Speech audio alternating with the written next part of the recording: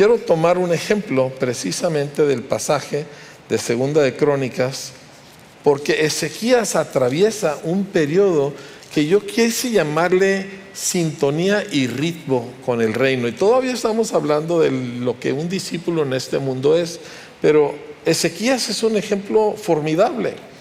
Y voy a darles primero un poquito de historia de él.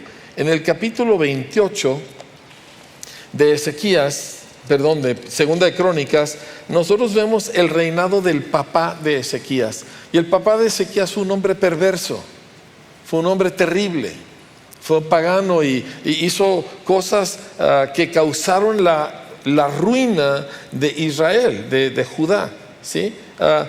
Habían sido derrotados, según este pasaje, por los sirios, por el reino del norte, por los dos reyes que vivieron en ese tiempo, primero Peca y que los hizo pedazos, y luego Sicri, que asesinó al hijo del rey, ¿sí? Y los edomitas, los asirios, los filisteos, que se suponía que ya no eran nada porque David había casi acabado con ellos por completo. Y aparte los asirios vienen y saquean completamente a la nación y luego la castigan y la golpean. Y los Israel se habían llevado más de 200,000 esclavos, muchos de ellos desnudos, muriéndose en el camino. O sea, Israel, la nación estaba empobrecida. Y lo peor del caso es que el rey Acaz cerró las puertas del templo, llenó toda la ciudad y la nación de altares paganos, pero cerró las puertas del templo. Una cosa terrible. Como resultado, la nación, repito, estaba en ruinas y muere. No le fue bien ni siquiera en su muerte, porque ni siquiera lo enterraron con los reyes, porque era un tipo despreciable. Todo el mundo respiró cuando se murió ese rey. Qué importante no ser así, ¿verdad? Que nadie respire cuando yo me acabo de ir. Y se comenzó a reinar Ezequías, capítulo 29, verso 1. Comenzó a reinar Ezequías siendo de ¿cuántos años? 25 años, era un hombre joven, ¿sí? Y reinó 29 años en Jerusalén. El nombre de su madre fue Abías, hija de Zacarías, e hizo lo recto ante los ojos del Señor, conforme a todas las cosas que había hecho a David su padre. ¡Qué testimonio! Pero no es el último. Escuche lo que dice. En el primer año de su reinado, dice, en el mes primero abrió las puertas de la casa del Señor. En el primer mes del primer año abre las puertas del templo. O sea, lo coronan rey y se va con todo y corona y abre las puertas del templo. Es lo primero que él hace. E hizo venir a los sacerdotes y levitas y los reunió en la plaza oriental y les dijo: óiganme, levitas, santifíquense ahora y santifiquen la casa de Jehová, el Dios de sus padres, y saquen del santuario la inmundicia. Él convoca a todos estos, pero si tú te das cuenta, en el verso 17 dice: comenzaron a santificarse el día primero del mes primero. O sea, fue el día de su coronación. El hombre tenía prisa. El hombre actuó de inmediato. No se puso a pensarla de mil y una maneras y ay, ¿qué va a pasar? ¿Y qué van a pensar? El primer día del primer mes del primer año de su reinado, abre las puertas, convoca a todos los levitas, los llama a santificarse. Y fíjese lo que hace aquí, versículo 6. Porque nuestros padres se han rebelado. Está hablando mal de su papá, de su propio papá. Está sacando la verdad y no dándole vueltas a la cosa de que ay, no se vaya a ofender a alguien. No, reconociendo dónde se encuentran. Nuestros padres se han rebelado y han hecho lo malo ante los ojos de Jehová nuestro Dios, porque le dejaron y apartaron sus rostros del tabernáculo de Jehová y le volvieron las espaldas y aún cerraron las puertas del pórtico. Repito, ese fue su papá el que lo hizo. Y apagaron las lámparas, no quemaron incienso ni sacrificaron holocausto en el santuario del Dios de Israel. Por tanto, la ira de Dios ha venido sobre Judá y Jerusalén y los ha entregado a turbación, a execración, que yo no estoy seguro qué significa esa palabra, pero suena muy fea, y a escarnio que es humillación pública, como ven ustedes con sus propios ojos. Y aquí nuestros padres han caído a espada, y nuestros hijos, nuestras hijas y nuestras mujeres fueron llevadas cautivos por esto. Para que pueda haber avivamiento, necesita haber un encontronazo con la verdad. Y la verdad es incómoda. Y la verdad es más importante que qué vaya a pensar mi mamá de lo que dije. La verdad es más importante de que no me vayan a ver a mí demasiado radical o demasiado extremista. Ezequías es un rey joven. Acaba de entrar a un país sumamente debilitado, atacado por todos lados. No tienen recursos económicos. Ezequías no tiene un reinado seguro y es su primer día. Inmediatamente enfrenta la realidad. Amados, esto es ser cristiano. Esto es seguir a Cristo. Tiene que ver con carácter, tiene que ver con gente santa, tiene que ver con gente definida por el reino de Dios. Continúa en el versículo, me voy a saltear hasta el versículo, no me quiero saltear tanto, pero déjeme, lo leemos, al cabo tenemos tiempo. Dice: ahora pues, verso 10, yo he determinado hacer pacto con Jehová, el Dios de Israel, para que aparte de nosotros el ardor de su ira. Es importante entender que Dios no es Santa Claus y que Dios sí se molesta con el pecado, y que lo que nuestro país está sufriendo se llama un juicio de Dios. Cuando cientos de miles de hombres y mujeres son asesinados a sangre fría en maneras horripilantes, eso no es normal. Y usted y yo no nos podemos acostumbrar a eso. Cuando un país está corrompido en todas las esferas de gobierno, de empresas, etcétera, de arriba hasta abajo, eso es un juicio de Dios. Cuando un país no sale de la quiebra y de la humillación a nivel como quiera, eso es un juicio de Dios. Dios no toma el pecado a la ligera, pero la ira de Dios no tiene que permanecer si su pueblo se vuelve a Él.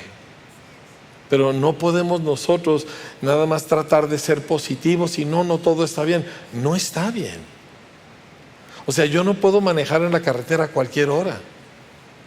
¿Me explico? ¿Me explico?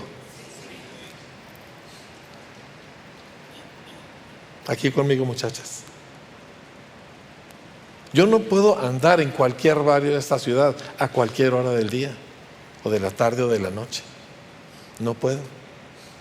Todas esas son cosas que suceden cuando hay un juicio de Dios. Entonces, Ezequías está abriendo los ojos.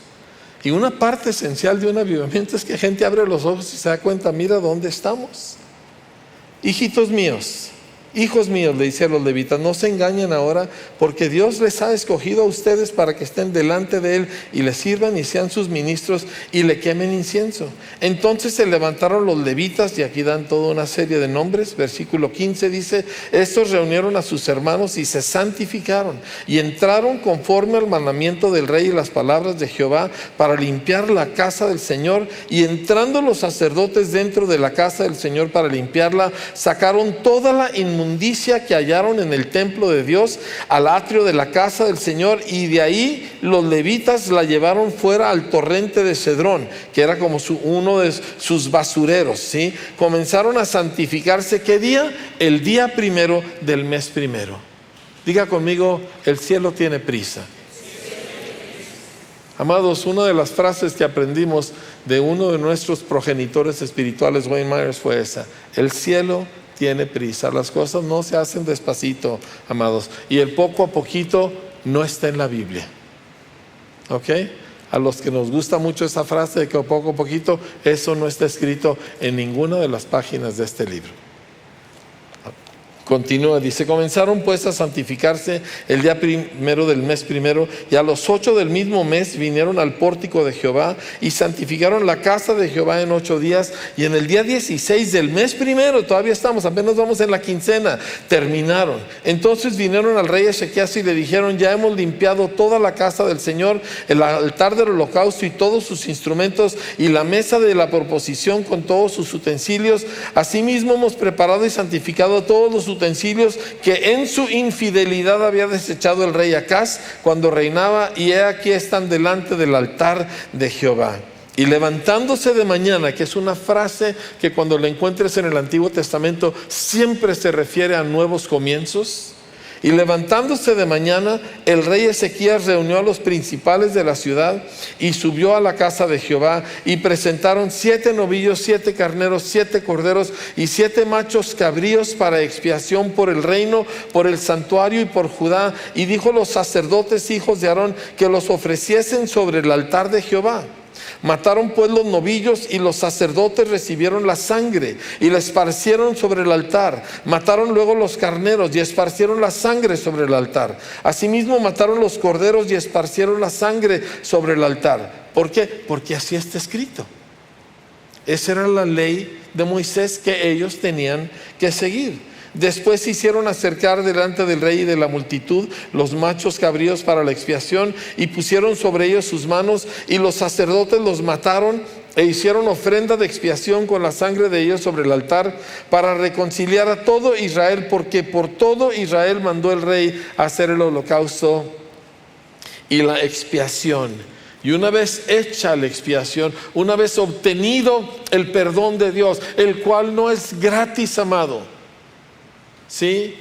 Ay, Diosito perdona. A Diosito le costó la vida de su hijo perdonarnos. El perdón no es barato. El perdón no se debe de tomar como: ay, sí, esto ya está garantizado. Repito, Dios no es Santo Claus. La redención de tu alma tuvo un precio incalculable. Entonces, una vez que eso sucede, entonces también los levitas en la casa de Jehová con címbalos los puso, salterios y arpas, conforme al mandamiento de David, de Gad, vidente del rey, y del profeta Natán, porque aquel mandamiento procedía del Señor. Y bueno, voy a saltearme un poco, pero la gente empieza a adorar. ¿Por qué? Porque había sido perdonada. Enfrentas la verdad, lo cual es muy incómodo. Te arrepientes, buscas el perdón, y habiendo recibido el perdón, explota la adoración del pueblo.